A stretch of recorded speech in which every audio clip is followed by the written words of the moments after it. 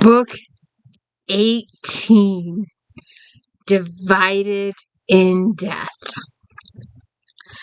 And there's a lot to talk about in this one.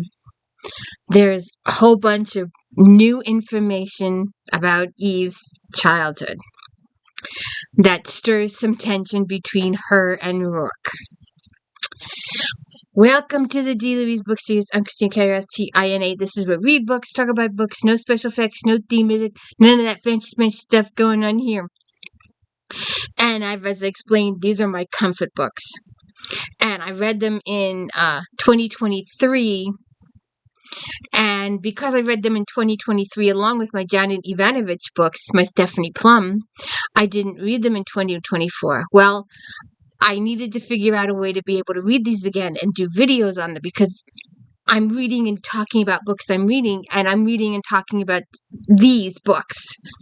So the first time I did them, and I've forgotten to put the links in, I'll have to try and go back and do that. But the first time I did it, I reviewed them. Now we're just reading them. We're reading my favorite parts. I try not to spoil the plot line. This is totally 100% character spoils.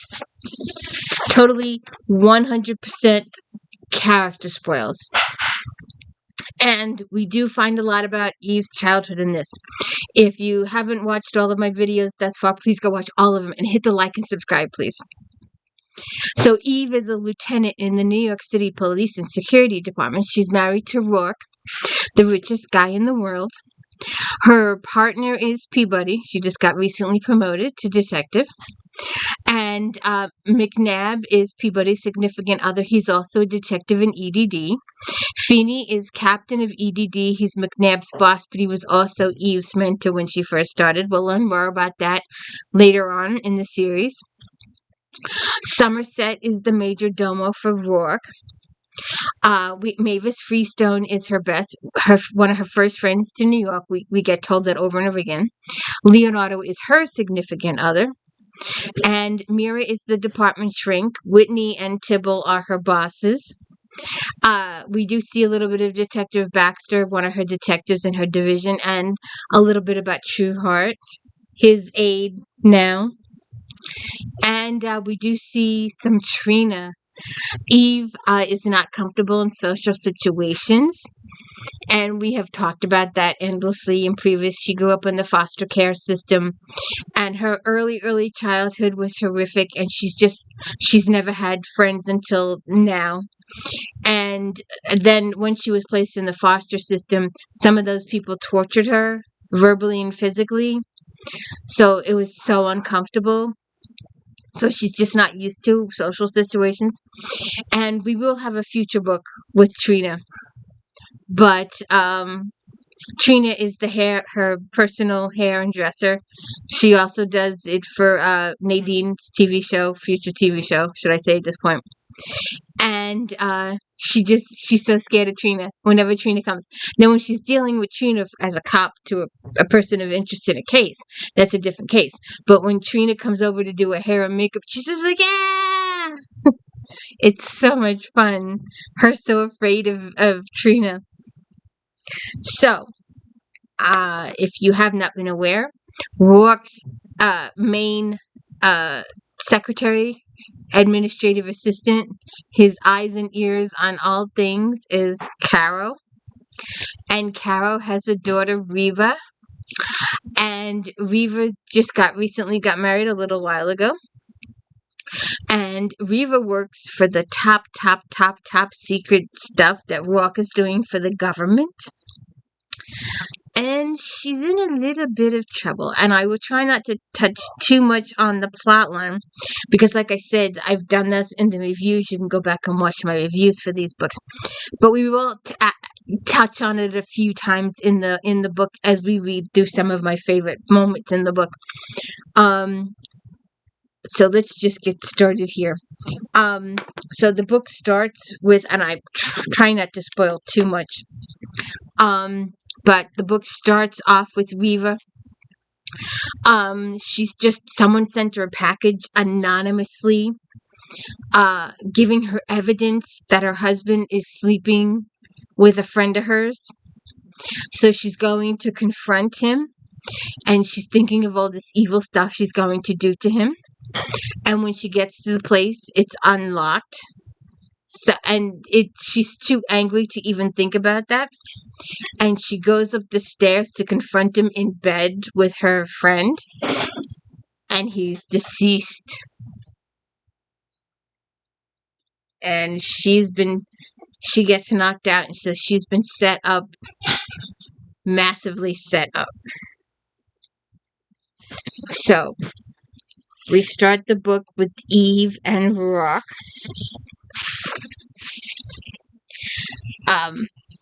So they've just had some romantic stuff. So how's the new detective? Eve snuggled in, thinking of her former aide and how she handling her recent promotion. Peabody's good. She's still finding her rhythm. We had a family dispute gone sour. Two brothers mixing it up over inherited property. Knocked the S out of each other before one of them takes a header down the steps and breaks his stupid neck. To the other brother tries to mock it up like a bungled burglary. Tosses all his stuff they were fighting over in a blanket, hauls it into his car, shoves it in the trunk, like we're not going to look there. Her derision in her tone had him chuckling. Eve rolled off and stretched. Anyway, it was pretty much connect the big pulsing red dots, so I put Peabody on as primary. After she started breathing again, she did fine. Sweepers were already sucking up evidence, but she takes this jerk into the kitchen, sits him down all sympathetic, used all that family business she knows so well, had him babbling out a confession in 10 minutes, got him unmanned too. Good for her! It helped build her confidence. She stretched again. We could use a few more walks in the meadow like that one after the summer we put in. You might take a few days off. We could walk in a real meadow. Give me a couple weeks with her. I want to make sure she finds her feet before I let her go solo. So they have a few more issues of conversation. And where's the so then let's see. Rourke's signal goes off. That's your signal, she nodded toward the link, then rolling off the bed. At least when somebody calls you at 2 a.m, nobody's dead. She wandered off into the bathroom as she heard him block video and answer. She took her time, then as an afterthought, snagged the robe off the back of the door in case he'd reinstated the video on link. She was belting it as she went back in and saw he was up and in his closet. Who was it? Caro. You've got to go now? At 2 a.m? His tone, just the way he said his admin's name, had the skin on her neck prickling. What is it? Eve. He pulled out a shirt to go with the trousers he hastily put on. I need a favor. A large favor. Not from his wife, she thought, but from his cop. What is it? One of my employees. He dragged on the shirt, but his eyes stayed on Eve's. She's in trouble. Considerable trouble. Someone's dead, after all. One of your employees killed someone, Rourke? No. She continued to stand where she was. He moved to her closet, took out clothes. She's confused and panicked, and Caro says somewhat incoherent. These are not the traits one associates with REVA. She works in security, design, and installation primarily. She's solid as stone. She was with the Secret Service for a number of years and isn't a woman who shakes easily. You're not telling me what happened. She found her husband and best friend in bed at the friend's apartment, dead, already dead. Finding 2 dead bodies, she contacted your administration assistant instead of the police? No, she contacted her mother. Reva's mother. So then I just flagged all these pages to talk about. Oh, so then the next day, or later that same day, because this is like 2 o'clock in the morning, so we're talking several hours later, she's back in her office. She sat on the corner of her desk, sipping her coffee. I'm going to turn her life inside out and do the same job on the victims. At least one of them is key. Whoever did it surveillance the Vicks got the photos, the disc, the good quality. And they got into the house as slick as REVA did, so security is no problem for them. Had military-style stunner. I need it analyzed, yet I'm betting it's no black market knockoff. They think the cop's going to step right into the scene and gobble all that stuff right up. Then go eat a donut. Not my cop. Not any cop in this division, or that cop deserves a boot up the butt, Eve said with feeling. When someone looks that perfect on the surface, it is never down below. Whoever set this up was just a little too creative. Maybe he figured she'd run. Then when she woke up, she'd panic and run. But she didn't. So they talk about the case some more. Let's see. Let's go to the next one.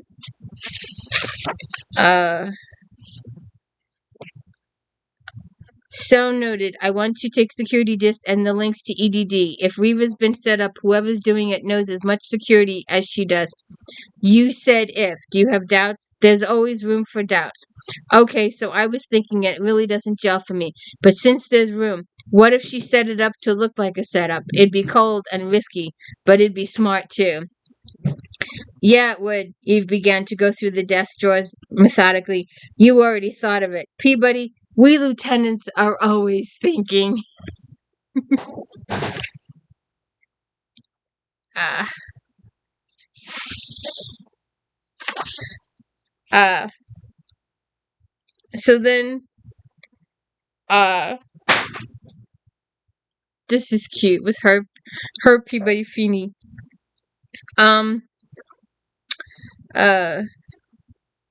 I've got enough EDD work on this one to keep you and a full team buried for days. Sounds good, he almost sang it. I'm ready for a real challenge. Guy gets soft sitting on the bench sucking coconut juice all day. This had to stop was all she could think. And now, case is a slam, she said and showed her teeth. I've already booked the suspect on 2 counts in the first. I'm using departmental time and money to pick the case apart from the inside out. Sounds like fun, he said. Glad you called me in. I could learn to hate you like this, Feeney. She rattled off the address and cut transmission as he began to hum. Do a favor for a friend, she muttered, and it bites you on the ass. Peabody, she shouted, tag all electronics for EDD pickup. Arrange for 2 droids to guard the premises and seal it after EDD has come and gone. And move it. We need to go check Bissell's gallery and studio. If we're partners, Peabody says, how come I have to do all the tagging? And are we ever going to eat? We've already been on the clock 6 hours. My blood sugar's dropping. I can feel it. Just move your butt, Eve shot back, and she smiled. At least she still worked with somebody who knew how to bitch. Because she appreciated it and remembered she hadn't eaten since the night before herself, she double parked in front of a 24/7 and let Peabody make the dash in for some to-go food. They were both going to need it to go off the clock for a couple hours and get some sleep, but she wanted to look at Bissell's workplace first. So then she just thinks about the case a little bit, and then Peabody comes back. Peabody hurried out again, carrying an enormous take-up bag. Got hoagies. With a grunt, she dropped in the seat. Wait, what? For the whole squad? And other provisions? Because we're going on safari? With some dignity, Peabody pulled out a tidily wrapped hoagie and passed it to Eve. Drinks and a bag of soy chips and a bag of dried apricots. Dried apricots in case the rumor of the coming of Armageddon is true. And some damn cookies. Peabody's face fell on a scowl that was edging toward pout. I'm hungry, and when you're on a roll like this, I might not see food again until I'm withered sack of bones. You don't have to eat, you know. She made a fuss of unwrapping her own sandwich. Nobody's holding a blaster to your head. Eve peeked inside her sandwich and saw something that was pretending to have come from a pig. It was good enough. In the event of Armageddon, I hope those cookies have some form of chocolate in them. Maybe. Slightly mollified when Eve drove one-handed and bit into a sandwich. Peabody opened a tube of Pepsi and stuck it in the drink slap. By the time Eve got to the flat iron, Peabody had mowed her way through the hoagie and a good portion of chips.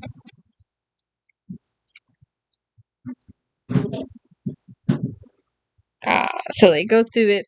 Where's that other piece? So then Rourke comes to help them out a little bit. And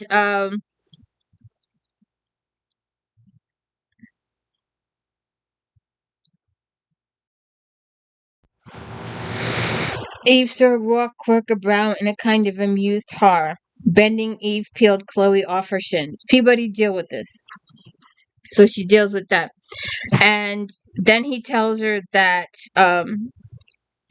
he uses his toys to get into the locked office. He studied the wide double doorway, taking up most of the wall, and strolling over gave it a slight tap. Steel reinforced, I'd wager. Odd to go all that for space such as this. So I'm thinking. Feeney contacted me shortly before you did. In fact, I was on the point of heading down to Central when you gave me this interesting assignment. He appears to have a very fine time with his family in Bimini. He has a tan. He smiles all the time. I'm not entirely sure they didn't replace him with a droid. In the end of the last book, Eve gave Feeney, or had Rourke give Feeney, a shuttle down to Rourke's Island in Bimini. There's the house completely paid for, sand, ocean, servants, food, all free.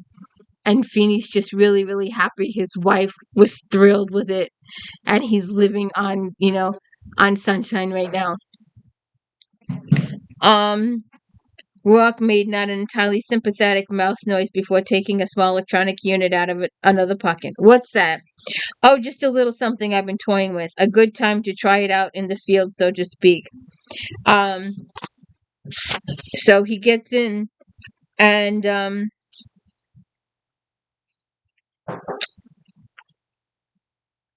they see some interesting stuff when he gets in that room.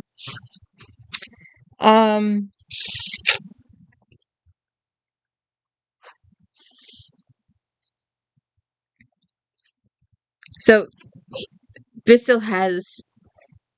Do you ever see those sculptures and you just have no clue why people find them fascinating, or what in the world makes those art? And this is what Eve sees. She skirted around the centered sculpture and only noted that there was a form of a hand, finger spread as it desperately reaching plunged out of the twist of metal. She glanced back at the sketch, read the notation at the bottom, "Escape from Hell." Who buys this? Collectors, Rourke supplied, eyeing a tall, obviously female form that was apparently giving birth to something not entirely human. Corporations and businesses that want to be seen as patrons of the arts. Don't tell me you have some of this. Actually, I don't. His work doesn't speak to me, Rourke says. So he goes through some all of it, and he says the unit's fried. What the hell do you mean fried? Fried, toasted, whacked, zapped, dead. I know what fried means. I mean it. She sprang up, kicked the drawer closed. When? Can you tell when? When and how? Somebody uploaded or downloaded a virus into the guy's computer and totally, absolutely 100% fried it. So,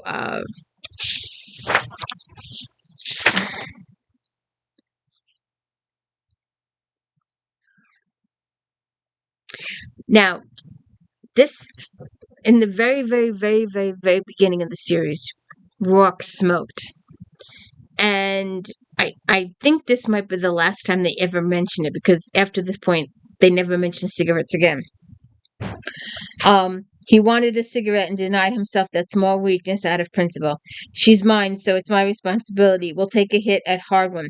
There are a number of other contracts pending. If this blows up in my face, I'd estimate 70% of them, and that's optimistic, will cancel. She couldn't estimate the real value of 70% of pending contracts. Millions, billions, but more she knew would be the damage to his pride and his rep. So she kept her face over. Does that mean we won't be able to afford live in hell? Appreciating her, he angled her head and then gave her a quick poke with his finger in his belly. We'll muddle through somehow. I've put aside a bit for a rainy day. Uh-huh. Let's see.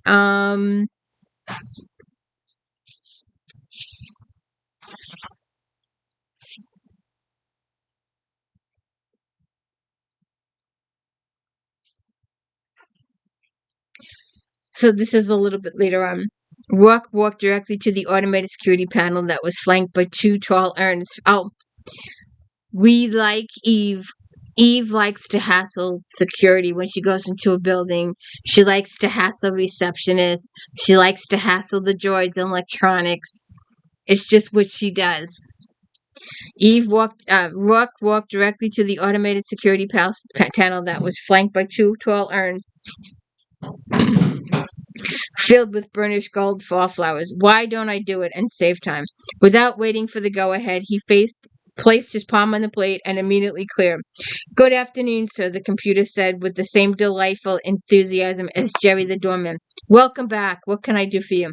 Inform Miss Ewing that I'm here along with Lieutenant Dallas and Detective Peabody and clear the elevator. Yes, sir. Enjoy your visit. Now, wasn't that much better than having a pissing match with a machine? Rock asked. No, I like having pissing matches with machines. It gets my blood moving. She does. She does a lot.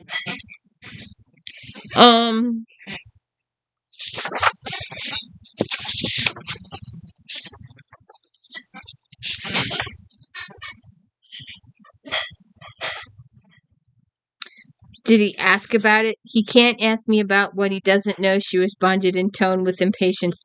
He's an artist, Rook. His only interest in my work pertained to how I design and implement security for our house and his work. My wife's a cop, and she couldn't be less interested in my business. But occasionally, for form anyway, she asked about it. How was your day? What are you working on? That sort of thing. Okay, sure. I'm not getting at this. Did he or anyone else ask you about this project, Reva? I guess he might have. What's so hot about this one? Something like that. I'd have told him I couldn't talk about it.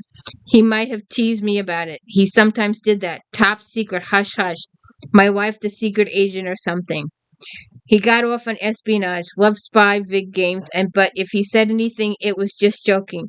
You know how it is. Friends might do the same now and then, but they really weren't interested. Think about it, Reva. It takes her a while before she wakes up and smells the coffee. The chick lives in the clouds. Um so then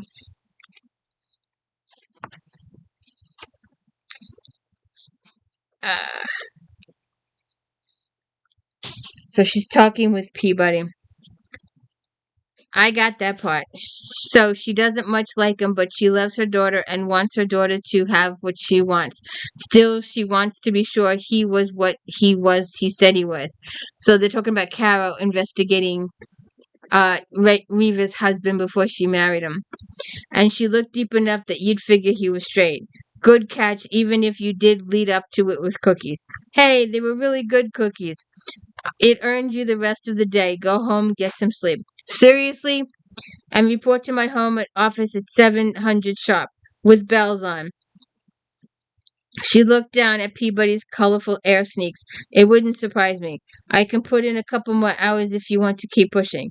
Neither of us is going to do the investigation much good if we're asleep on our feet. Let's hit it fresh in the morning. Oh, and Rourke met her at the place. And he met her with his hot rod.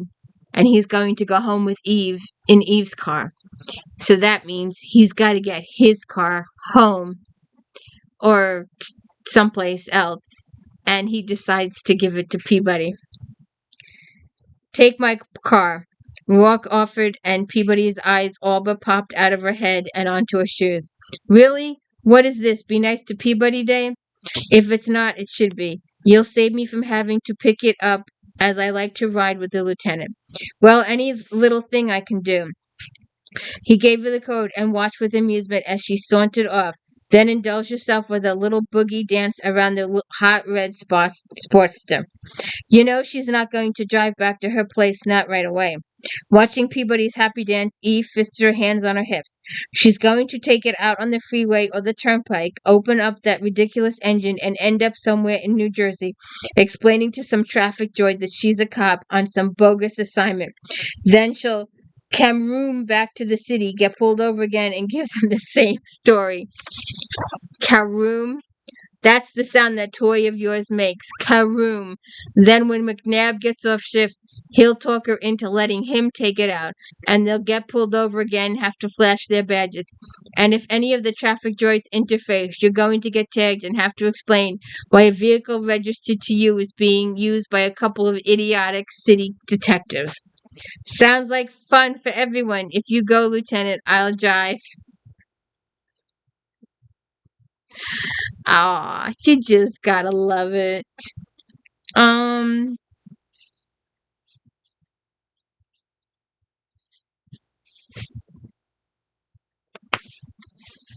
why did I want to say this?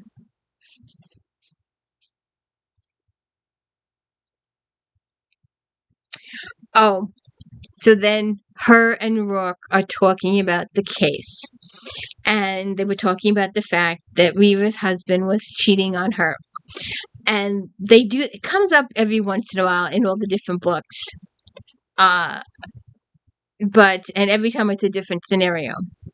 But she says, you think she's foolish and isn't. What she is shaken on every level, and grieving for a man she knows at the core isn't worthy of that grief. So she grieves instead for the illusion and what I think might be even more wrenching. If you ended up naked and dead with another woman, I'd do the rumba on your corpse. You can't do the rumba. I'd take lessons first. He laughed, rubbed a hand over her thigh. You might very well not that you'll ever get the chance, but you'd also grieve. Wouldn't give you the satisfaction, she mumbled half asleep. You cheating fuck with putz. You'd weep in the dark and call my name. Call your name all right. How are things in hell, you dickless bastard? And I'd laugh and laugh. That's how I'd call your name. I love you, Eve. Then I'd put all of your precious shoes in the recycler, take your fancy suits and burn them in the celebration fire, and kick Somerset out of my house on his bony ass. After which I'd have a party where you drunk all your expensive wine and whiskey, and after that I'd hire 3 of the top LCs in the business to come over and pleasure me.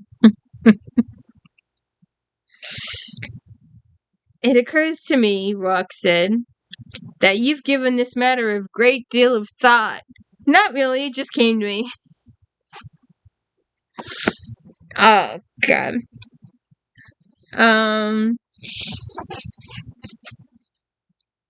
Then the next morning, even if this case was treated as straight crime of passion, even if Reva Ewing was charged, tried, convicted, and spent the rest of her life in cage, what did it accomplish? She was on her second cup of coffee and another mental run-through when Walk walked into the room.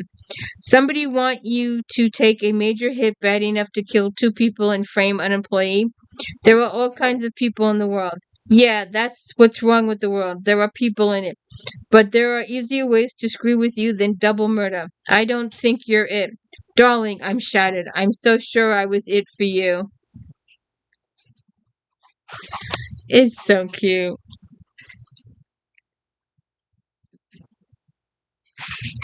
Alright.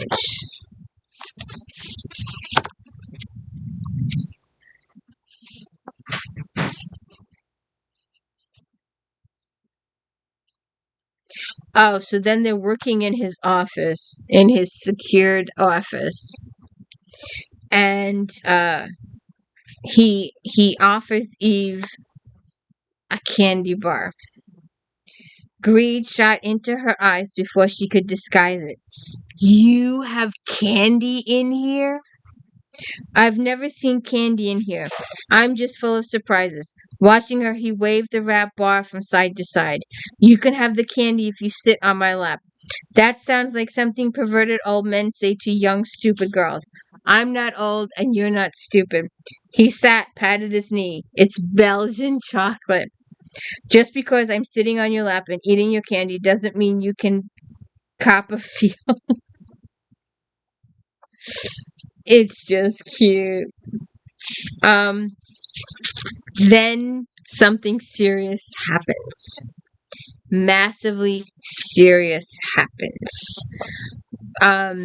They discover, or Rourke discovers, that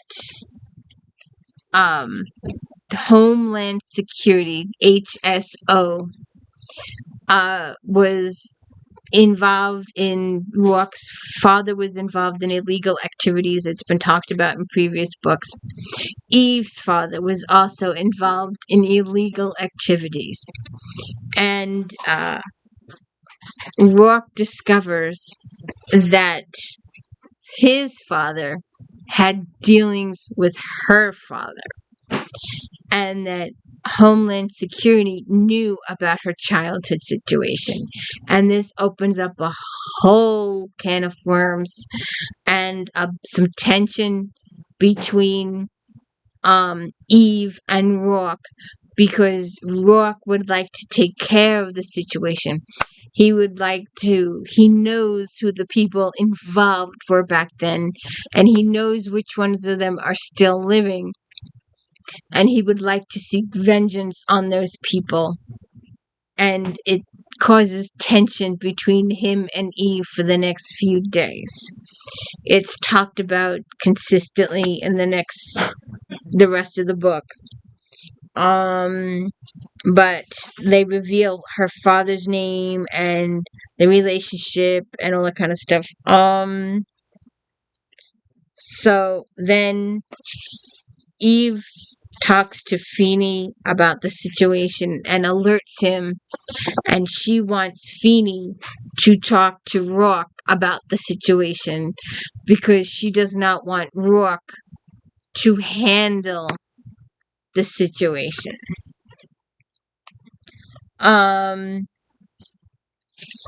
So let's see here.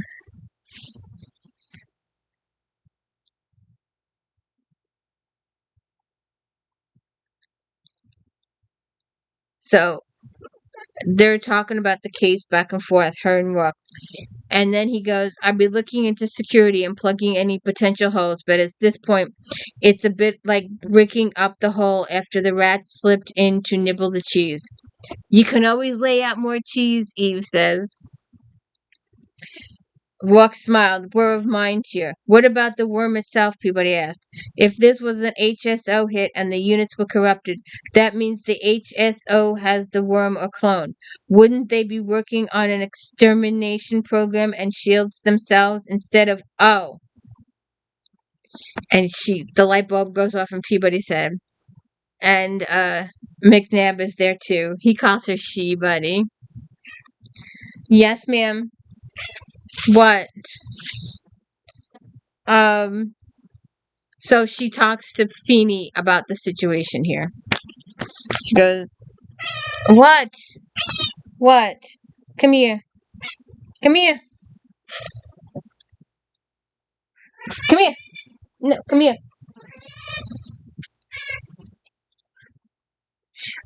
Oh, good God.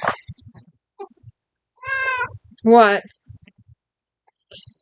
So she explains to Feeney about her childhood.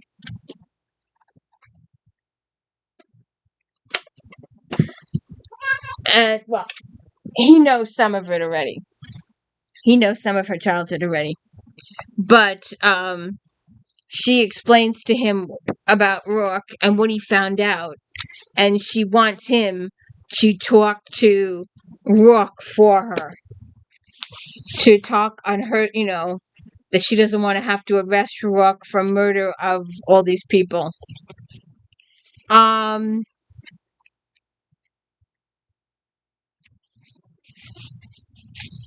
So, she gets a transmission from Rourke. And, he just tells her, come home now. Eve didn't see how she could be concerned about total security at this point, but she took the cryptic transmission from Rourke on the odd little link he presented to her that morning. It's strapped on the wrist, but she didn't care for the weight of it or the absurdity of talking to her slave. So she stuck it in her jacket pocket, and when it vibrated against her hip, she jolted as if she'd been stuck with a laser blast. Jesus, technology is a pain in the ass. She yanked it out. What? That's hardly a professional greeting, Lieutenant. I'm stalled in traffic. Why don't these people have jobs? Why don't they have homes? And some nerve that they have being out and about on your streets. I'm on them myself, about to pick up a package, but I need to take it home. I very much want you to see it, so you'll meet me there. Why? What? Goddamn maxi bucks, I'm driving here. I'm heading to the east side if I don't indulge in a major vehicular accident just to clear the goddamn roads. I'm running that errand for you myself. Come home, Eve. But I... She snarled at the link when the transmission ended, then in disgust tossed it at Peabody. It's gone wonky. No, sir, he cut you off. He wants you to go back to the residence where he's bringing reviewing. How did you get that? I watch a lot of spy vids. He must have found something and he wants to discuss it with you in the most secure location. This is really chilled, you've got to admit. Yeah, so chilled, I've yet to talk to Morris or have another look at the bodies. I haven't booted Dickhead around the lab to see if there's any forensics that might be useful. And as much as I hate it, I haven't talked to the media liaison about a spin when we might drop charges on Ewing. Those usual routines don't apply as when you're bonding. Bonding? How am I bonding? I'm not interested in bonding. In fact, I dislike bonding intensely. No.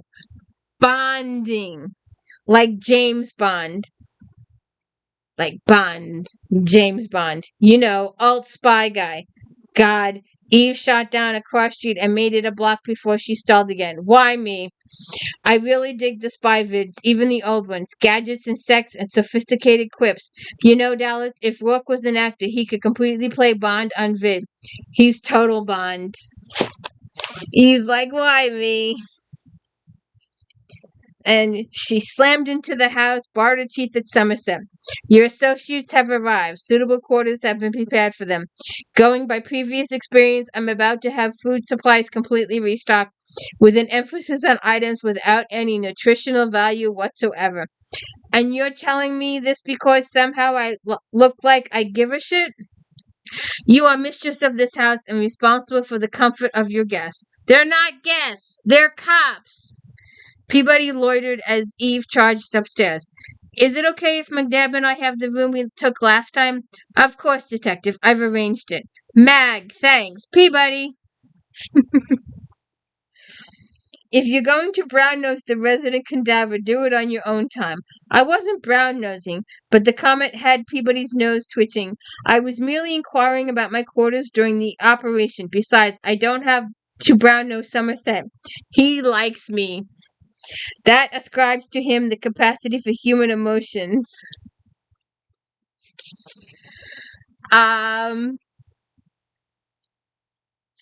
So then Feeney has the talk with Rourke again. And then Miss Nadine First comes to town. Our good friend Nadine, reporter for Channel 75, future book writer, future own television show, future movie, future Oscar winner. Sorry, spoilers. Excuse me, sorry. So why did I want this page? When Eve walked back into her office, she wasn't particularly surprised to see on-air reporter Nadine First sitting in her visitor's chair and carefully redoing her lip dye. She fluttered her long, silky lashes and turned that freshly tinted mouth up into a smile. Cookies, Nadine said with a gesture toward the little bag on Eve's desk. I called 6 for you before bribing your men. Eve poked into the box and came out with a chocolate chip. There's oatmeal cookie in here. I see no reason for the existence of oatmeal, particularly in cookies. So noted. Why don't you give it back to me? Then it won't offend your sensibilities. Eve pulled out the flat, round cookie, handed it over before closing the door. The door closed. Nadine lifted her perfectly arched brows before nibbling on the cookie. Is that so you can yell at me for being in your office, or is it so we can exchange juicy girl secrets? I don't have any juicy girl secrets. You're married to Rock. Of course you have juicy girl secrets. You'd have the juiciest on or off planet. Eve rested her boots on the desk. Have I ever told you what he can do to a female's body with a single fingertip? No, good. Just wanted to be sure. Bitch, Nadine said with a laugh. Now about this double homicide and Reva Ewing. And she talks to Nadine about the case. Then, let's see. Oh, Eve is leaving for the day. She's leaving the building for the day. Eve finished up most of the groundwork she'd once dumped on Peabody. She had to admit having an aide the last year or so had come in handy. Not that she'd gotten spoiled, she assured herself. She could, of course, pull rank and continue to dump most of the groundwork on Peabody. And really, it was a learning experience. In the long run, she'd be doing Peabody a favor. She checked the time and decided to close up shop for the day. She could get considerably more work done at home. With the remaining cookies safe in her jacket pocket, she headed out. She squeezed into an overburdened elevator which reminded her of why she rarely left a change of shift. Before the door closed, a hand shot through, yanking it open again to a chorus of grunts and nasty curses from the occupants. Always room for one more, Detective Baxter elbowed his way on. You never call, you never write, he said to Eve. If you can leave on the dot of COS, you must not have enough paperwork. I got a trainee! He flashed his grin. Chewhart likes paperwork, and it's good for him. Since she had the same thought about Peabody, it was hard to argue. We got a manual strangulation Upper East Side, he told her. Corpse had enough money to choke a herd of wild horses. Do horses come in herds or packs? I don't know, but I think herds. Anyway, she had a miserable disposition, a mile-wide mean streak, and a dozen heirs who were all glad to see her dead. I'm letting Chewhart act as primary. Is he ready for it? It's a good time to find out. I'm staying close. I told him I thought the butler did it, and he just nodded all serious and said he'd do a probability. Christ, he's a sweet kid. I love Chewhart.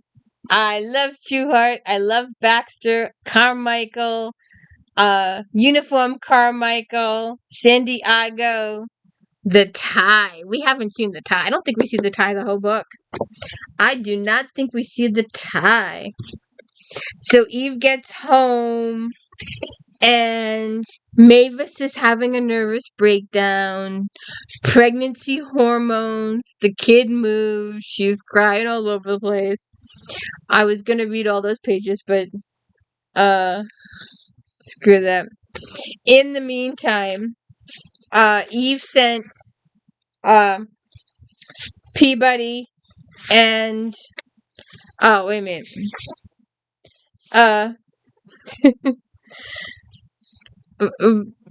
Eve tells Rourke what happened with Mavis. What's wrong? What happened? She blew out a breath that hitched on the end. Mavis. Oh, God, is it the baby? It's all about the baby, at least I think. What do I know? She wasn't even Laren Lepti. What was I supposed to do? I think we'd better start over. I'll go first. Is everything all right with Mavis and the baby? It must be. It moved. Where? He caught himself, cast his gaze to heaven. Now you've got me turned around. She felt the baby move then. Isn't that a good thing? She thought so it must be. And you know, and it'll come up in future books. But Mavis has declared that Rourke and Eve will be in the room when the child is born, and they are literally having nightmares about being in the room when the child is born. And she makes them go to classes. It's a few books down the road yet. But anyway, so like I said, Peabody and McNabb go to Jamaica. So, Peabody tries to take a page out of Eve's book. You know, the old don't touch my vehicle situation that Eve gives all the lowlifes in town.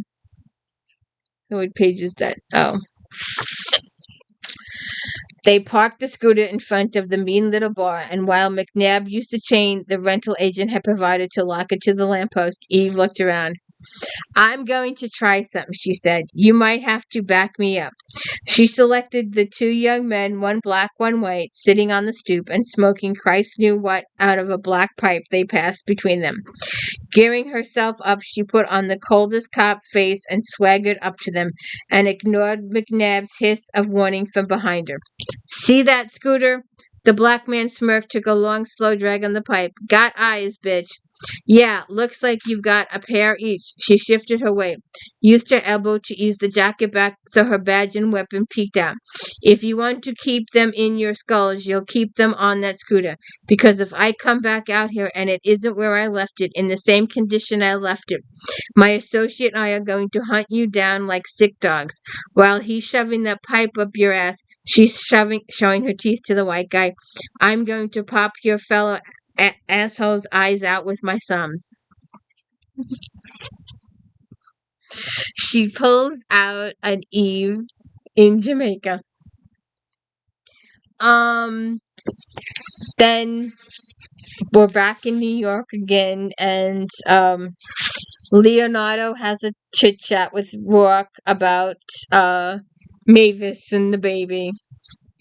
And then while we're having this chit chat, Rourke has a talk with Feeney, and I didn't get the fire. And he's fallen for the same trick a couple times. Rourke's pulled it on him a couple times. It's a NYPD investigation. Like that means a damn to you. Okay. Feeney waved a hand before Rourke could speak again. Let's settle this like men. You want to arm wrestle? Feeney let out a snort, then dug in his pocket. Let's flip a coin, you call it. And never flip a coin with Rourke, he'll always win. He cheats.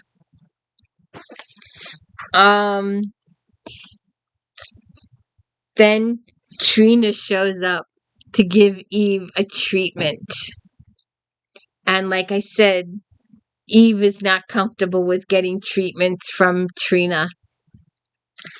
And while she was out, they tease her. Maybe, Trina says, you didn't drool or anything, Mavis assured her, in case you were worried. Let out a couple of sex moans. Trina's voice came from somewhere near her feet, and Eve froze. What are you doing? My job. You're all rinsed off. Blitzed right through that part. Got your derma revitalizers rubbed in. Your man's going to like this one. Going to finish up with your hair and face after I do your feet. Do what to my feet? Gingerly, Eve boosted herself on her elbows and looked down. Oh my god, you painted my toes. That's a deluxe ped. It's not a satanic ritual. My toes are pink. Yeah, I went conservative with you. Sun-kissed coral. Nice with your skin tone. Your feet were a disgrace. Trina added as she sprayed the sealer. Good thing you were under VR while I was working on them. How come she's not under? Eve demanded, pointing at Mavis. I'm more out of it. I'm aware of the treatments. I like getting soaped and rubbed and scrubbed down and painted. It's the ult of ults for me. You hate it. Mavis, if you know I hate it, why do you do this to me? Because it's fun. And then she discovers that Trina put a cop's badge on Eve, and she goes ballistic. A tattoo? Eve sat up as she'd been propelled out of a catapult. A tattoo? Just a temp? Really good one. She was almost too horrified to look. To counter the fear, she took a handful of Trina's glossy back hair, yanked her tormentor's head down. If necessary, she could beat the head against the padded table until unconsciousness ensued. Ignoring Trina's yelps and struggles, Mavis's giggles for peace, Eve tipped up her chin and looked at her breasts. There on the curve of the left was a painted replica of her badge. And Rourke likes it. He likes it a lot. And Feeney and Rourke have another talk, and Peabody comes back from the Bahamas. Peabody hustled in on lime green high tops. She no longer clapped, Eve noted, but sort of boinged. It was just something else to get used to. She also had a big toothy grin and a line of colorful little beads worked into her hair from the crown to chin. Hey, Dallas, I say Jamaica rocks. You have beads in your hair. Yeah, I got this little braid. She tugged on it. I can do that now. I'm not in uniform. Why would you? Never mind. Where are the units? And she tells about this case. Now, no point in getting sulky because I ragged on your beats. Maybe I just won't give you your present. Why would you give me a present? To commemorate my first out of town as a detective. She dragged it out of her bag. You don't deserve it. Eve stared at the little plastic palm tree with the little plastic naked man lounging under it. He held a tiny bowl-shaped glass filled with shimmering green liquid. Alcohol in nature, no doubt. Eve concluded from the goofy grin on his face. You're right, I don't deserve this. It's kitschy, miffed Peabody, sat it on Eve's desk. Amusing, so there. Uh-huh. I'm going to bring you here and the rest of the team up to speed momentarily. While we have a short briefing that includes the civilians, and then she gets a call from about the case.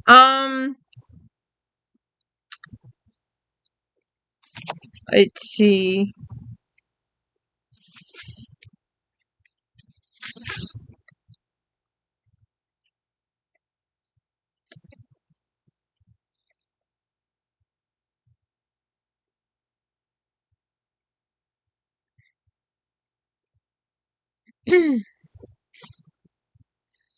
Oh,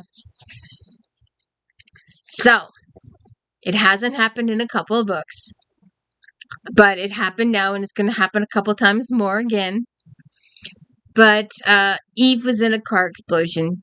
She survived. She's just fine. Men are tough nuts, Peabody said. The more I'm around, the tougher they get. It seems to me that one like Rock would be tougher than most. He's pissed, that's all, really pissed. She had to press her hand to her troubled stomach. So am I. But he got under my guard. He's really good at getting under your guard. The son of a bee. He knows just where to jab. The more somebody loves you, the better their aim. Christ, he must really love me. I can't do this. He knows I can't do this now. Never a convenient time for a relationship upheaval. Whose the hell side are you on? Well, since I'm sitting beside you, you punch really hard, I'm yours. You bet. Gotta put it away. But she was afraid the sickness in her belly was going to plunge through her throughout the day. They're talking about the case. Oh, the accident hasn't happened yet. Excuse me. I was wrong. So she calls Nadine. Nadine, first. I can't make lunch. We'll have to reschedule as soon as possible. All right. Nadine didn't bat a carefully groomed lash. I'll clear some time and let you know. Looking forward to it. Signed up. What the hell was that? Peabody demanded. Spooks aren't the only ones who can be covert. That was me telling Nadine to break the story. Okay. Then Feeney and Rock have a talk again. He convinces Rock with the situation. Eve lets Whitney know about the HSO. Then we have the car bomb. And Eve comes home with Somerset.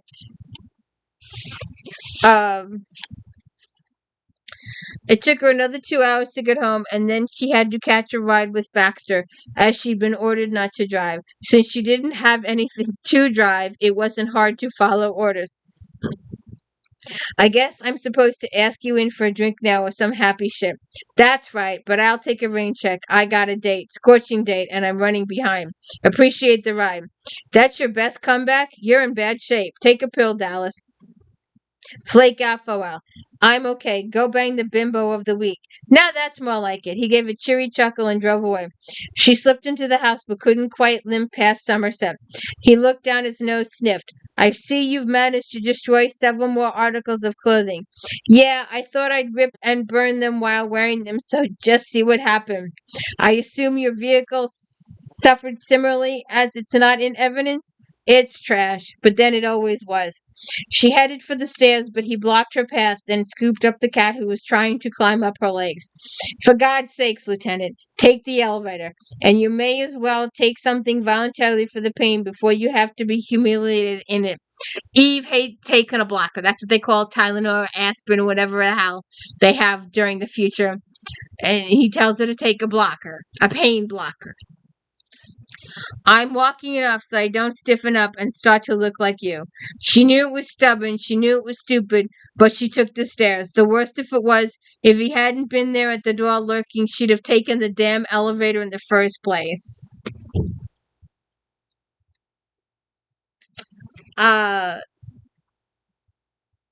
Then she has a talk with Eve. And they do have a barbecue too. But anyways, who set Reva up? And who else gets killed? And why did somebody bomb her car? And these are all answers you can go watch my review of the book. But I enjoy sharing these books with you. I enjoy reading them again. I love Eve Dallas. She's gonna go through some more difficult situations to come. We still got to get through New York to Dallas, and that's quite a few books away yet. So we will eventually get there. And wait a second, I know it's here someplace. And tune in next week for Visions and Death, and then Nixie Swisher. These papers come in handy. And then I can get down the next 10. I'm bringing them downstairs in groups of 10. Nixie Swisher, Survivor in Death. And we get to meet some friends from the past. We get to see the DeBlasses again, but this is 2 books down the road. We still got to get through Visions in Death. So those are my favorite parts of Divided in Death. I hope you would join me next week. I could talk about these books for hours upon hours. Have a good one.